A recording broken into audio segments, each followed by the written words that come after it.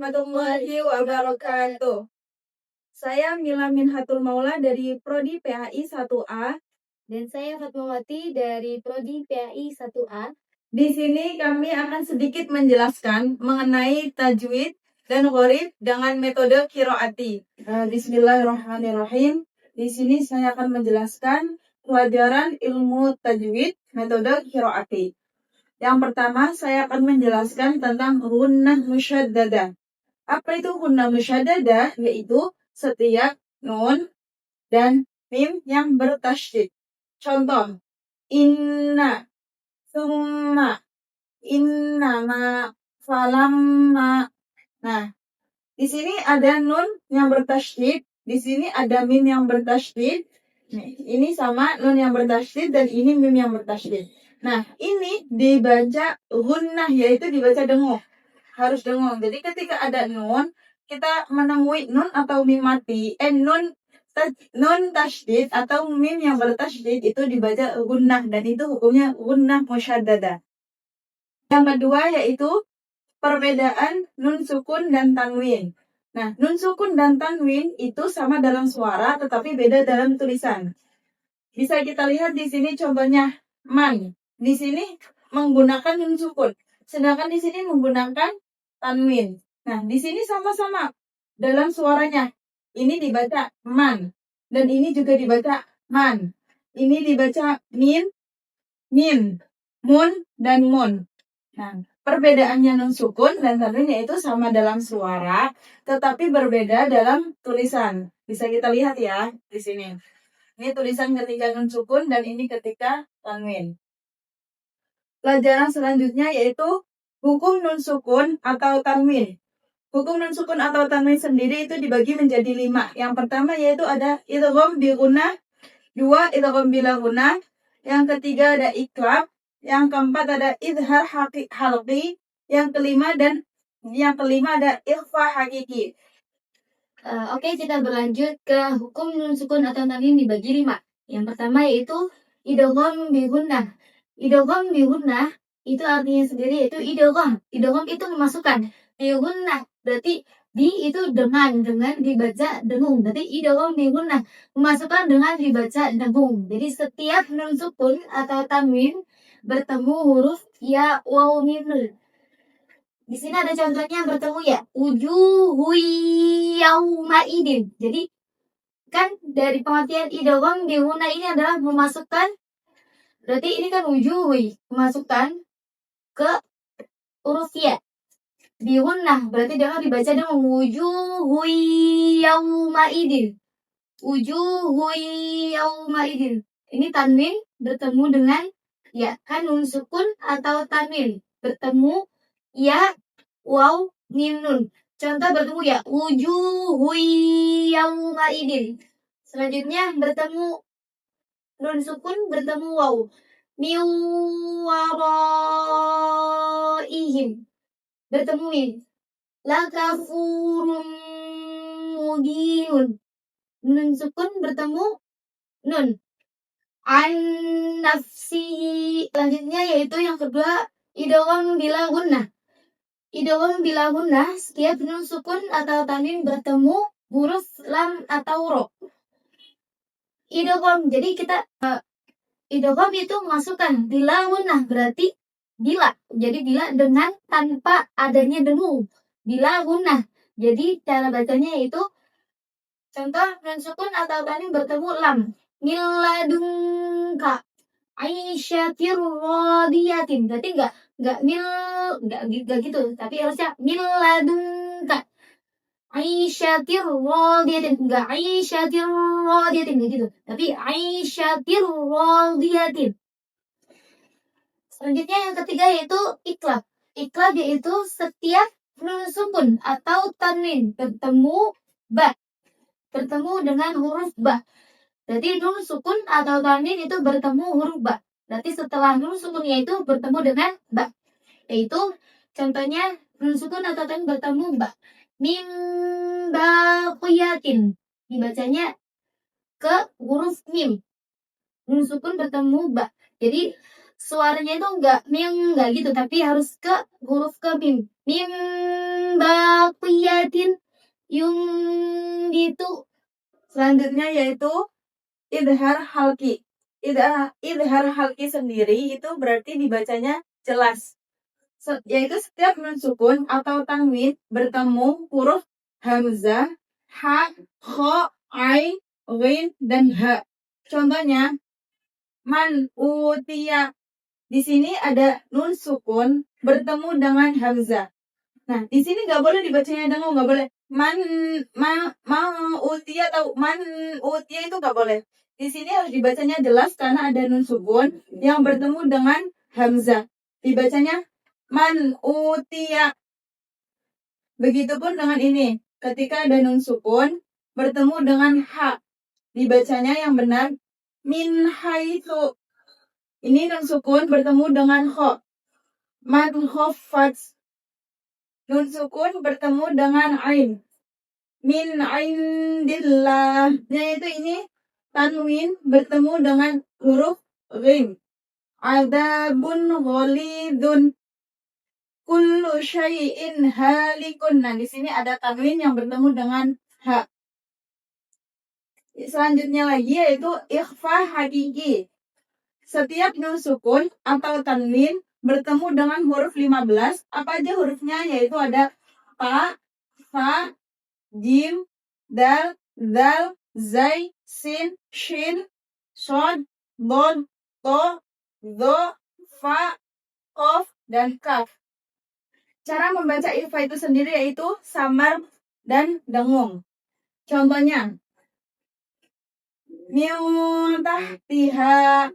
Di sini nun sukunnya itu dibacanya samar dan harus dengung karena di sini bertemu dengan salah satu huruf ikhfa yaitu berupa ta.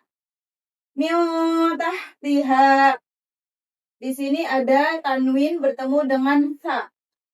Ma'an sajjajan. Anjainakum. Di sini nun sukun bertemu dengan jim.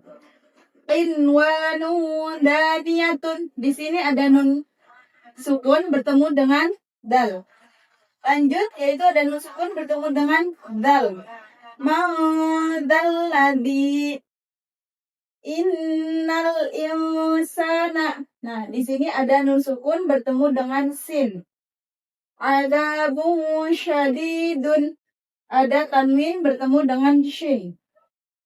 Ya, di sini kita akan menjelaskan tentang ghaib. Ghaib itu bacaan asing ya. Di sini akan menjelaskan tanda waqaf. Tanda waqaf menurut metode qiraat. Yang pertama yaitu mim kecil waqaf lazim harus berhenti. Mim kecil waqaf lazim harus berhenti. Berarti kalau ada mim kecil di sebuah ayat itu berarti harus berhenti. Jadi tidak boleh dibacanya terus. Jadi kayak contohnya seperti ayat ini. Was'alhum 'anil qaryatil lati kanat hadiratal bahr. Jadi jangan bahrin gitu ya. Jangan dilanjutin, jangan dibacanya jangan bahri, tapi jadi dibacanya bahr gitu. Jadi mim kecil waqaf lazim itu harus berhenti.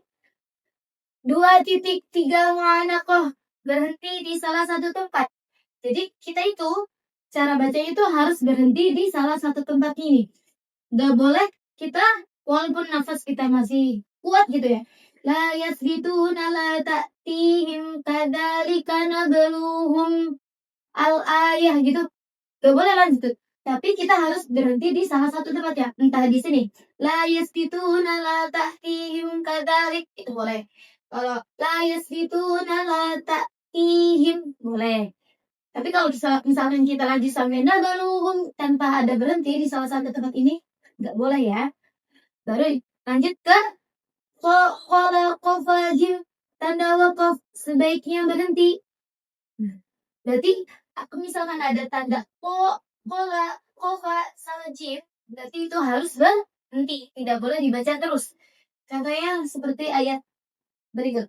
Fa'adaqahumullahul khizya fil hayatid dunya. Nah, itu harus berhenti karena di sini ada tanda wakaf yaitu berupa jim.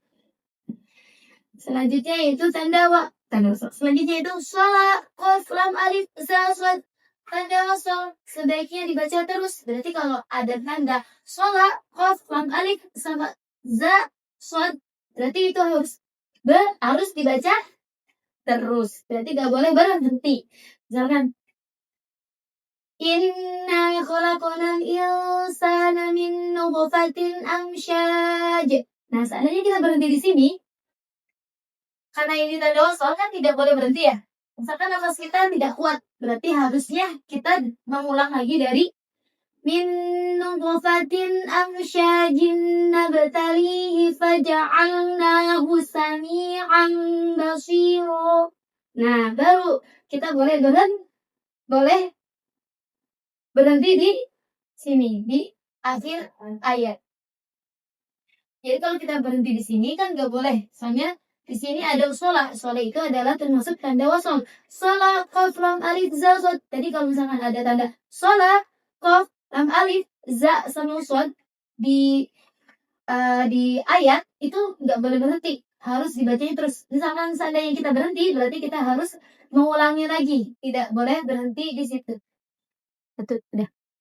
Nah, selanjutnya di sini saya akan menjelaskan yaitu sakta. Apa itu sakta?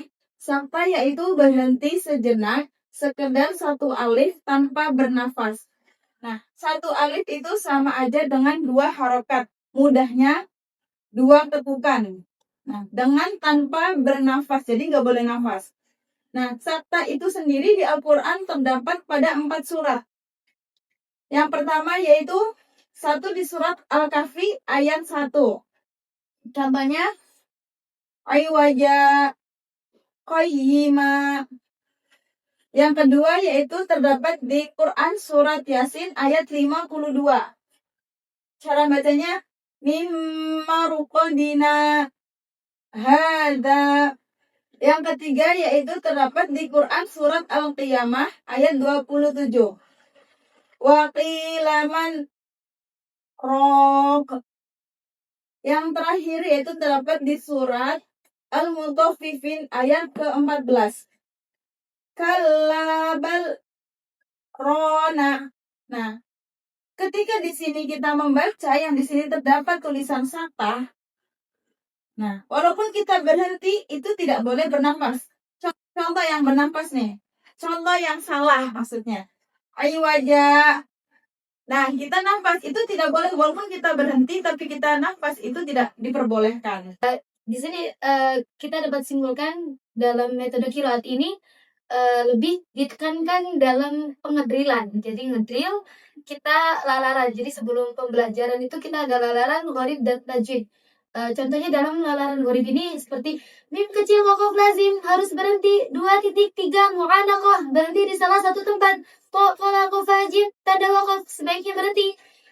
Sholat, qaf, lam, alif, dhammat, tanda waqaf sebaiknya baca terus dan seterusnya. Dan itu membuat anak-anak itu bisa menghafal dan bisa memahami. Jadi dalam metode qiraat lebih dididik ke menghafal, tapi sembari menghafal juga mereka bisa sambil berjalan untuk bisa memahami apa itu waqaf, apa itu gharib, apa itu tajwid yang harusnya dibacanya seperti apa. Mungkin hanya itu yang bisa kami jelaskan, kurang lebihnya mohon maaf. Wassalamualaikum warahmatullahi wabarakatuh.